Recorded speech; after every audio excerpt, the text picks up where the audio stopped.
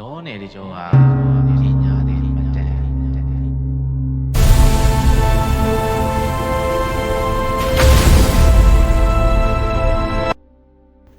အားလုံးပဲမင်္ဂလာပါခင်ဗျာအောင်စီနင်းလောကီနဲ့တန် YouTube Channel ကနေပြန်လည်ကြိုဆိုလိုက်ပါတယ်ဒီကနေ့မှာတော့ရောနေတဲ့ကြောကပညာသည်မတန်ဆိုတဲ့သူရဲ့အခန်းခွန်ကိုတင်ဆက်ပေးသွားမှာဖြစ်ပါတယ်ခင်ဗျာ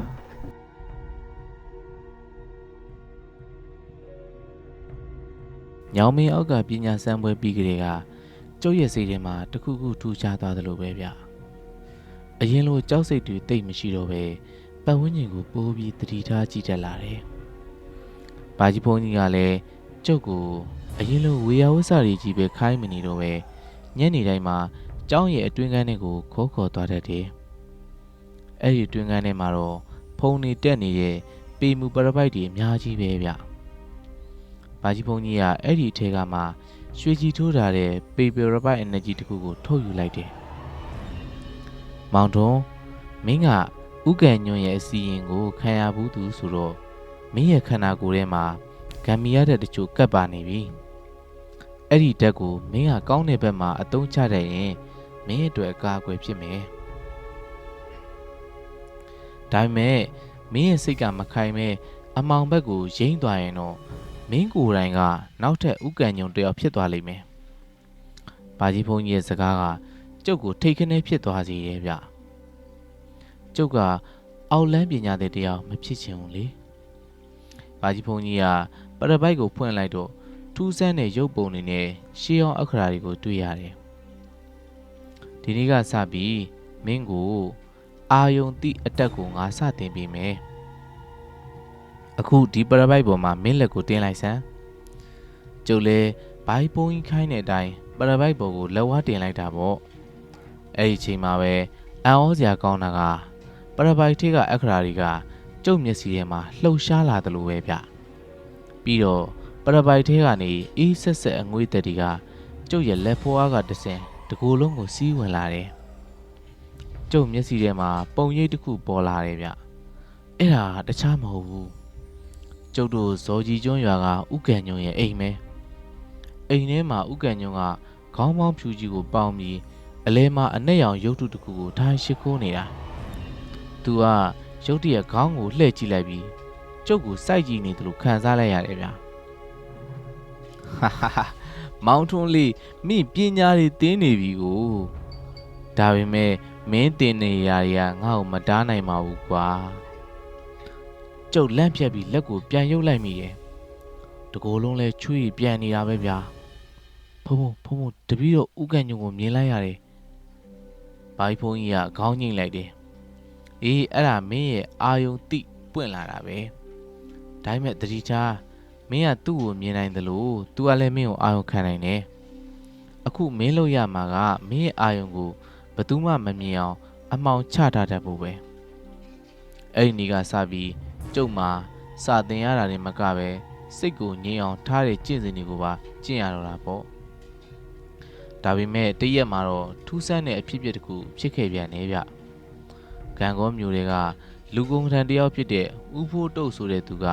ကျောင်းကိုအပြေးလွှားရောက်လာတယ်။သူ့မျက်နှာကပြာနှမ်းနေပြီးလက်တွေကလည်းတုံနေတာဗျ။အရှင်ဗျာကဲပါဦးဗျာ။ဒီပြည့်ရဲ့သမီးလေးမြတ်တကူလုံးအေးဆက်ပြီးတတိမရတော့လို့ပါ။ဆရာအောင်နေလဲကြည့်ပြီးဘာယောဂမှမသိဘူးတဲ့။ဘာကြီးဖုန်းကြီးကမျက်မှောင်ကျုပ်ပြီးကျုပ်ကိုလှမ်းကြည့်တယ်။မောင်တို့မင်းတွားကြည့်ခြင်းလား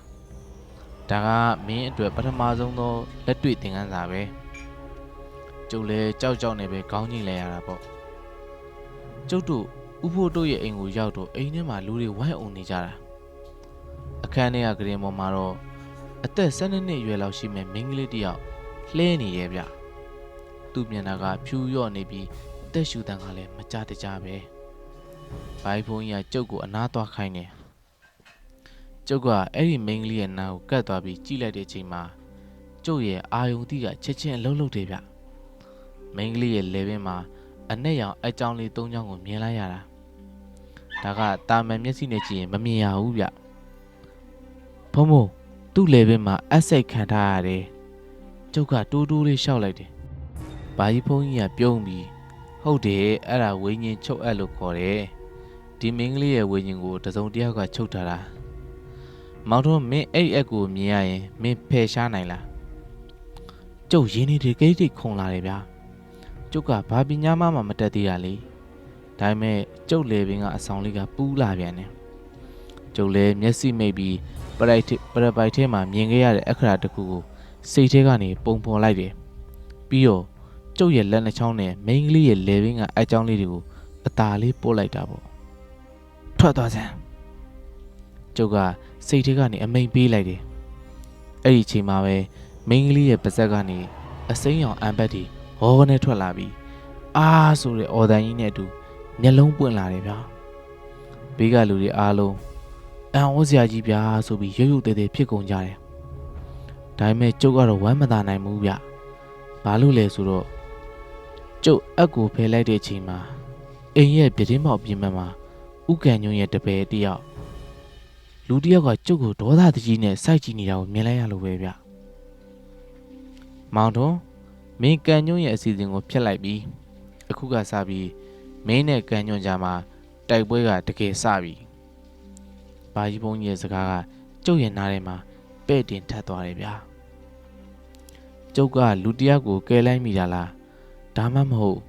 ဒုက္ခတွေကိုပဲဖိတ်ခေါ်လိုက်မိလားဆိုတာကတော့ကျုပ်ကိုယ်တိုင်လည်းမသိနိုင်ခဲ့ပါဘူးဗျာ